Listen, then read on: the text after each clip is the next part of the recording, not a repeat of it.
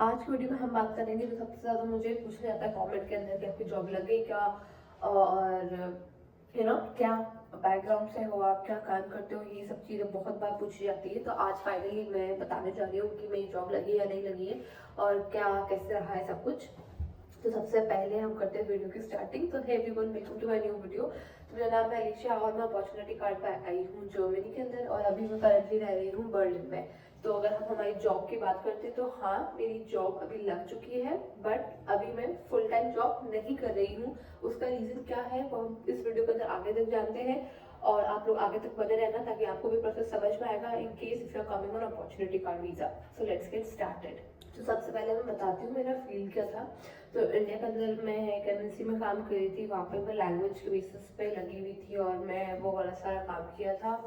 और मैंने छोटे छोटे एक्टिंग मैनेजर रोल पे मैंने जॉब किया और वहाँ से मैंने रिज़ाइन किया। तो यहाँ आके फिर मैं अपने फील्ड, हर इंसान चाहता है कि अपने रेलेवेंट फील्ड का ही एक तो पहले आप जॉब ढूंढो।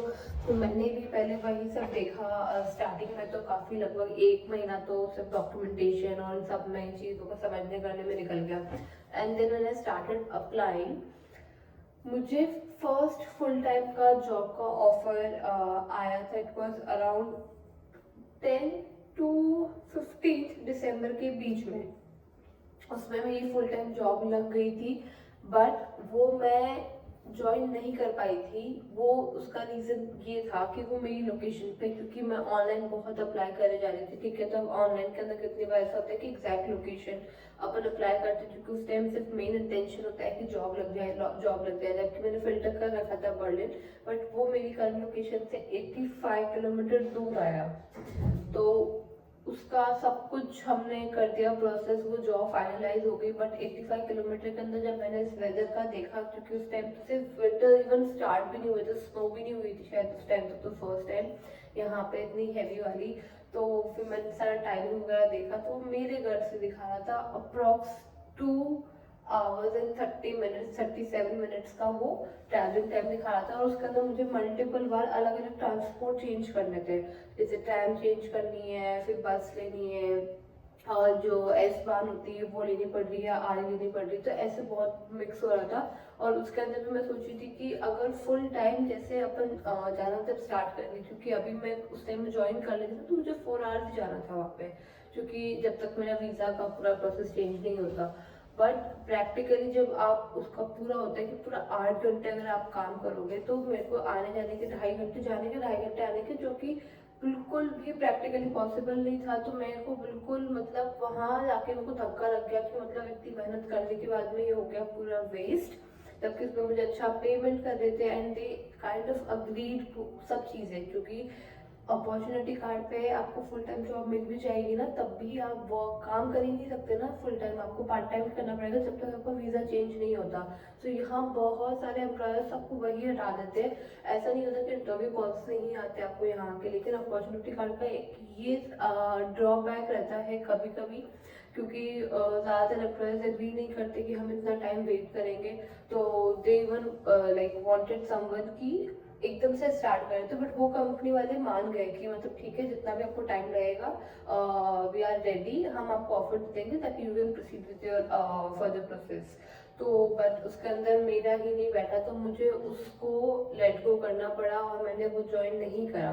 फिर उसके बाद में वो 1.5 महीना लगभग हो चुका था, तो मुझे ऐसा था कि चलो ठीक है, वो पार्ट टाइम अपन कहीं भी स्टार्ट कर देते हैं अपन करना, full time side by side ढूंढती रहूंगी ताकि पार्ट टाइम से हुआ था डे टू डे एक्सपेंस निकल जाएगा। तो फिर मैंने ऐसे ही करना स्टार्ट करा, और इवन मैं फुल टाइम भी कर रही थी। तो वही सीन था कि अब वही कंफ्यूजन था कि भाई पार्ट टाइम पे ही फोकस करूँ या फुल टाइम पे ही करूँ। तो पार्ट टाइम पे तो आपको फिर भी मिल जाएगा, बट अगेन बिना जॉब के नहीं आएगा। ट्रस्ट में, मैंने कम से कम 10-12 जगह इंटरव्यू दिए होंगे अलग अलग, ठीक है। और वो लोग इंग्लिश में बात नहीं करते हैं। बस आप ये रिक्वेस्ट कर सकते हो उन लोगों से कि थोड़ा, अगर आप जैसे भी मैं जर्मन बोल लेती हूँ, बट वही क्योंकि अभी वापस डेली टच में आना और वापस इतनी फ्लुएंसी लाना या एक नेटिव के मुंह से सुन के इसको समझना थोड़ा डिफिकल्ट हो जाता है कितनी बार। तो मैंने उनको इतना रिक्वेस्ट कर लिया कि थोड़ा आप स्लोली बोलो ताकि मेरे लिए थोड़ा इजी हो जाए उसको समझना। तो हाँ, इंटरव्यूज जर्मन में ही रहेंगे। किसी किसी लेवल पर ठीक है वो इंग्लिश में बात कर लेते हैं, but most of the time at least on the first call they will only speak German. तो अगर आपका पर्टिकुलर रोल जर्मन रिलेटेड है या लैंग्वेज रिक्वायरमेंट है या डे टू डे आप कस्टमर से इंटरेक्ट करोगे, you have to learn German, you have to speak it properly. तो ये सीन रहा था मेरा इतनी बार इंटरव्यू देने के। वेट फॉर अ मिनट, इतनी जो आवाज़ आ रही है बाहर।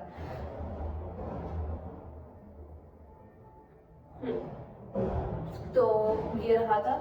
फिर फाइनली अभी मुझे 5-7 दिन पहले मेरा एक जगह हो गया फाइनली फुल टाइम का।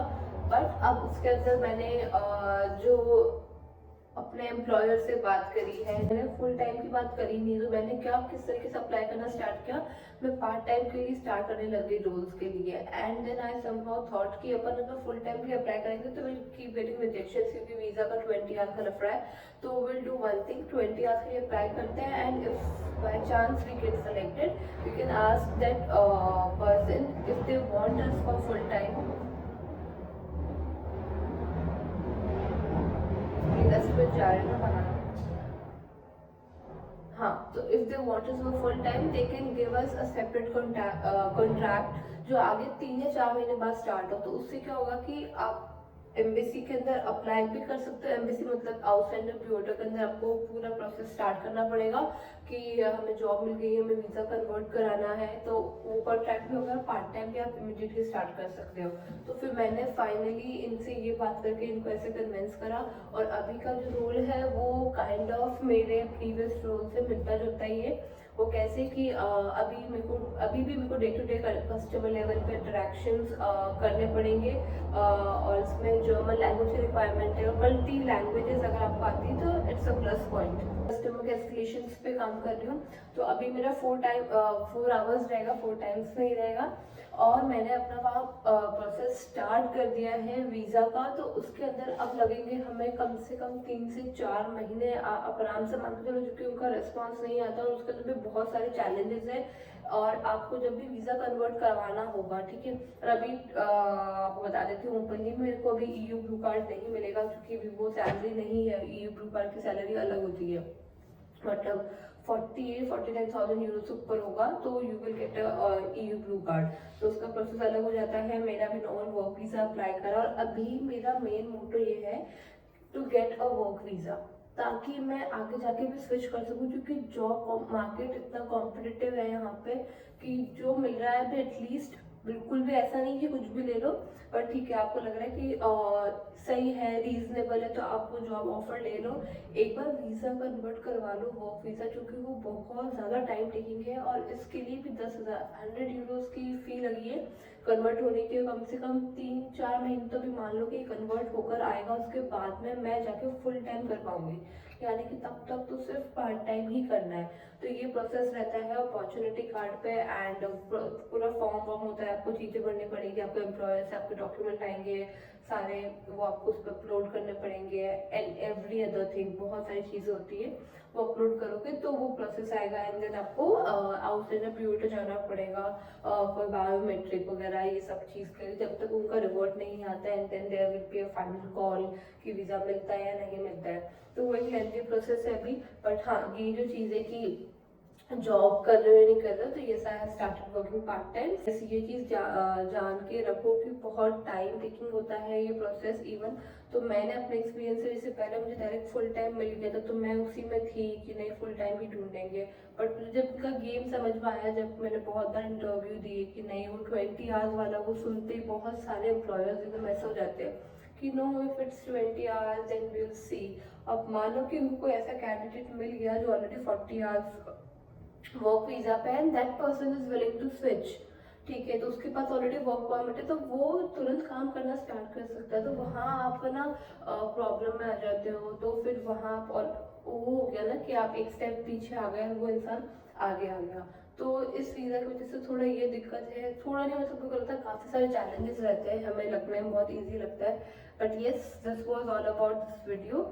एंड हाँ, ये चीज़ें बात करते हैं कि जॉब अप्लाई कैसे करें, कहाँ करें। तो देखो, मैंने सारे पोर्टल जितने भी थे सारे एग्जॉस्ट कर लिए, सब यूज़ कर लिए। लिंक्डइन में यूज़ करती थी, स्टेपस्टोन, इंडीड और इंग्लिश जॉब्स भी, एक यहाँ का गवर्नमेंट का जो ऑफिशियल पेज है, मतलब सब जगह अप्लाई किया, सब जगह।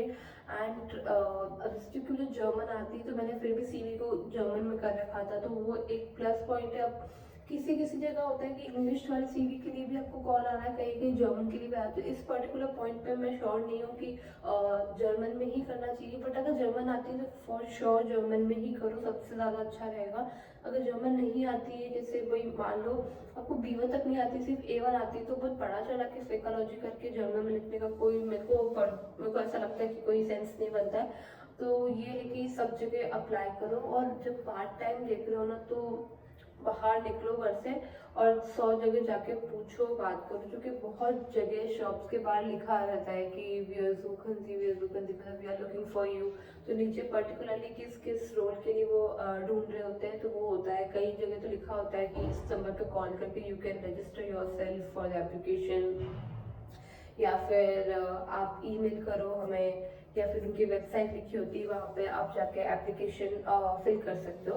तो ऐसा रहता है, लेकिन प्रोसेस ऐसा होगा कि मैं एक पॉइंट नहीं बोल सकती हूँ कि नहीं ऑनलाइन ही वेट करो, या आप किसी फ्रेंड के थ्रू बात मत करो। जितना हो सकता है पॉसिबल कर लो, क्योंकि वही होता है कि नहीं तो फिर आप अपने आप को परेशानी में डालोगे, क्योंकि लगने में फिर बहुत टाइम लग जाता है, and then it gets difficult. तो ये चीज़ थी कि हाँ, कैसे अप्लाई करो, तो ऐसे करो, क्योंकि मैंने भी सब चीज़ें अप्लाई करी, और ऐसे रैंडमली ऐसे करते करते से ही लोगों के कॉल आते थे। तो और ऐसा नहीं है रिजेक्शन नहीं आएंगे, बहुत आएंगे। मतलब मैं खुद ओपन करती हूँ जीमेल, तो ठीक है 10 जगह अप्लाई किया तो 9 जगह रिजेक्शन आएंगे, 8 जगह रिजेक्शन आएंगे, एक जगह से भी कॉल आएगा, और एक जगह से भी कॉल आया तो इट्स नॉट फाइनलाइज कि हाँ ठीक है भाई, आपका यहाँ पे सेकंड राउंड भी होगा। पर ठीक है, वो एटलीस्ट शॉर्ट लिस्ट करते हैं, वहाँ आता है। कहीं कहीं जाके तो फाइनली आपका तुक्का भी उड़ जाता है, और आपको लगता है कि नहीं, रेलेवेंट फील्ड से भी नहीं मिल रही, लेकिन we at least need money to survive.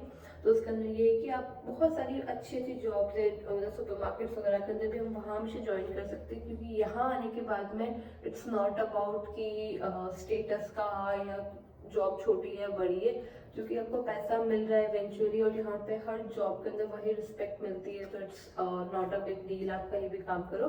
सो यहाँ पे मुझे ये भी चीज़ पॉइंट ऐड करनी थी, तो मैंने ना इसमें वीडियो में डाल दी। So thank you so much for watching, bye bye.